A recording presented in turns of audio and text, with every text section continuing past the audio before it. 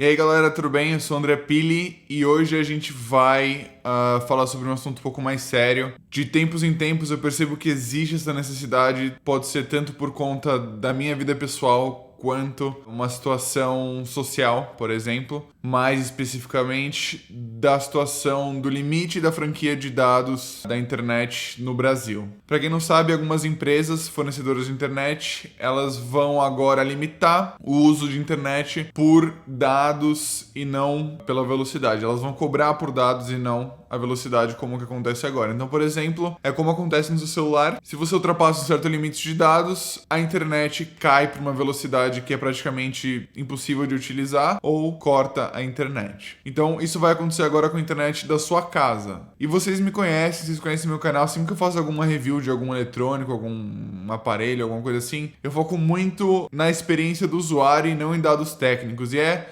nisso que eu vou focar nesse vídeo, porque hoje vai ter uma oferta muito grande de vídeos sobre esse tema. Existem youtubers que sabem falar melhor sobre uma coisa, outros que sabem falar melhor sobre outra. Eu acho que o meu forte é falar justamente sobre qual vai ser a consequência para você aí que está me assistindo, como isso vai afetar você e como isso vai me afetar também como criador de conteúdo. O que eu acho mais complicado nesse tema é que a internet hoje, ela é um bem, assim como água, luz, telefone, né, telecomunicações. Isso deixa as coisas numa posição muito mais complicada, porque se fosse um produto qualquer, a gente poderia simplesmente fazer um boicote, né? Não é assim que funciona com a internet, assim como não é assim que funciona com a água da sua casa, por exemplo, ou com a luz. A internet hoje, ela é sinônimo de conhecimento, entretenimento, conexão, né? De você conseguir ter alguma noção do espaço em que você está inserido e saber qual que é o seu papel na sociedade. A internet é extremamente responsável por esse tipo de coisa. Você hoje pode, obviamente, utilizar a internet de diversas maneiras, algumas mais superficiais, outras mais edificantes. E a internet tendo essas características e sendo esse bem tão grande pra gente, quando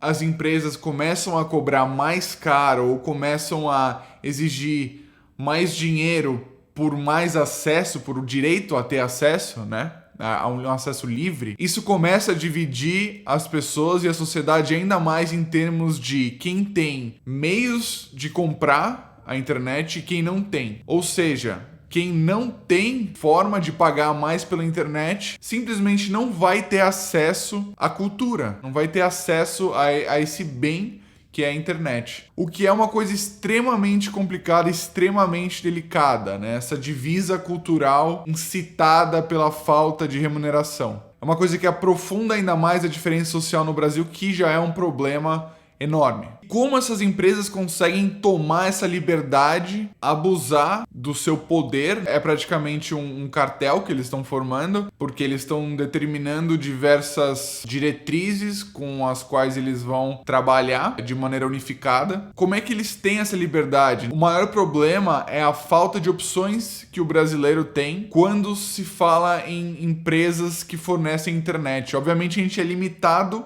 pela localização em que a gente está. Então, dependendo do seu bairro, dependendo da sua casa, você vai ter determinado serviço e quando você tem sorte, você tem mais de um. E a gente sempre também corre o risco de, se o seu não for o que está adotando essa medida, que é o de limite da franquia de dados, nada impede de no futuro esse fornecedor de internet ser. Aqui nos Estados Unidos e em muitos outros países existe, né, esse limite de consumo da internet. Contudo, é imposto de uma maneira muito mais lógica. Por quê? O que vai acontecer no Brasil, por exemplo, digamos que um dos pacotes mais completos ou mais caros vai te dar acesso a pouquíssimos dados, né? Vai te dar acesso a pouquíssima coisa. A gente tá acostumado a assistir filme, consumir conteúdo, produzir conteúdo e fazer upload. Não vai ter meios de utilizar essas ferramentas mais, porque a gente vai estar muito limitado por conta desses dados, certo? São coisa de 3 vídeos no Netflix em HD,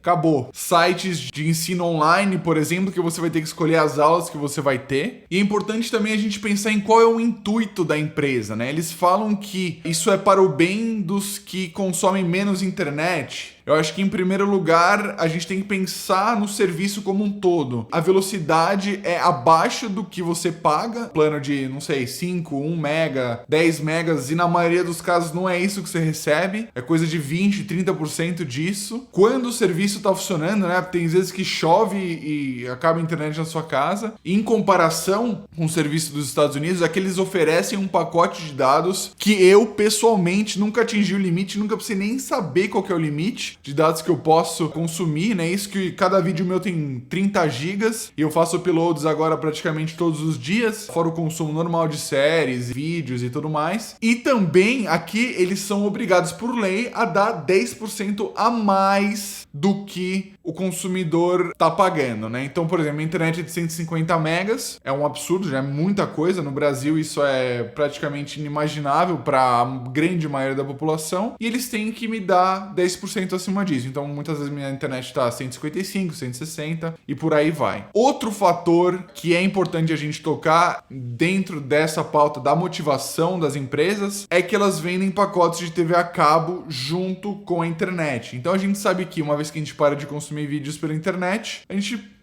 começa a consumir conteúdo de TV a cabo? Não, né? Não é assim. O caminho não consegue voltar de um para outro. A gente já fez o progresso da TV a cabo para a internet, para o conteúdo on demand, né? Que a gente tem acesso na hora que a gente quer, como a gente quer, de altíssima qualidade. Do conteúdo que a gente tem hoje online é extremamente alto. Por isso que cada vez mais a TV a cabo está morrendo. Muitas emissoras já estão fazendo essa transição para o serviço de streaming, como a gente tem a HBO aqui agora. Eu assisto Game of Thrones online, por exemplo. Cada vez mais empresas estão fazendo isso. Seria muita ignorância dessas empresas fornecedoras de internet tentar fazer isso com o intuito de que as pessoas voltem a consumir TV a cabo. E eles falam, não é? Porque é pro bem dos que não consomem tanto. Eu nunca vi na história da humanidade uma empresa que visa o bem da população acima do lucro, né? O bem de uma pessoa. Isso não existe. E se a empresa quer continuar de portas abertas, ela vai ter que adotar medidas para priorizar o lucro acima de tudo. E aí a gente tem que pensar nos usuários hardcore, né? Que somos nós. Provavelmente você que está consumindo isso também. Eles falam que nós somos uma parcela, de acordo com a pesquisa deles, né? Eles falam que nós somos uma parcela insignificante da população.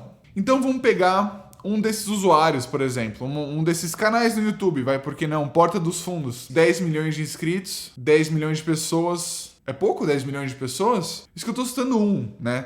Ou seja, por mais que a população que está fazendo o upload não seja tão significante, as pessoas que estão consumindo esse upload são das mais variadas camadas sociais e dos mais variados perfis de uso da internet, sem sombra de dúvida.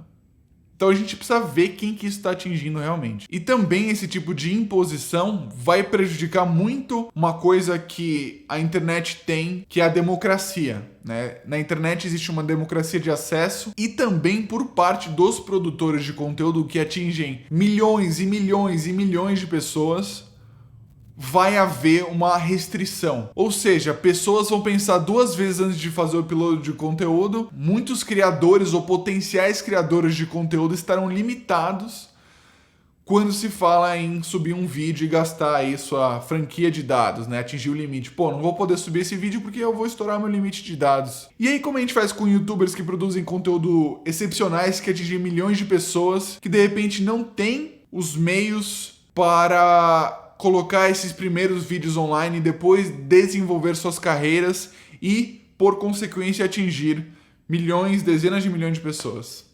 Como é que fica?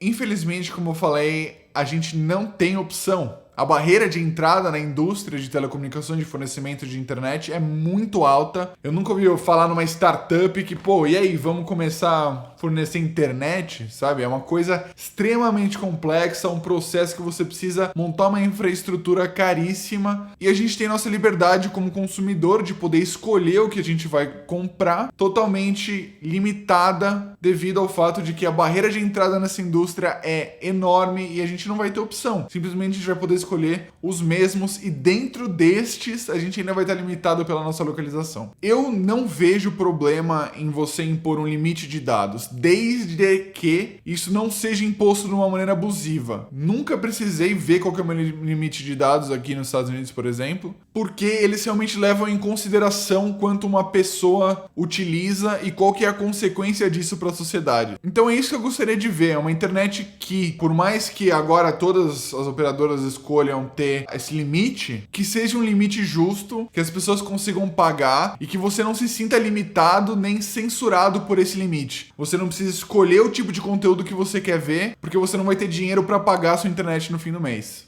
Isso porque a internet é um meio primordial de informação e de integração da pessoa com a sociedade hoje, e esse é um papel extremamente relevante que não deve ser ignorado. Vocês viram que diversos youtubers estão fazendo isso, a gente está se mobilizando como uma comunidade de produtores de conteúdo que vai se prejudicar muito, e eu acredito que vocês também estão se mobilizando como uma comunidade de consumidores de conteúdo que também vai se prejudicar demais se isso realmente começar a acontecer no Brasil. Então a gente está agora promovendo a hashtag Internet Justa. O que a gente pode fazer nesse momento é as pessoas ouvirem que a gente não é insignificante. É ouvirem a nossa voz, terem uma noção do quão errado é o que eles estão fazendo com as pessoas no Brasil.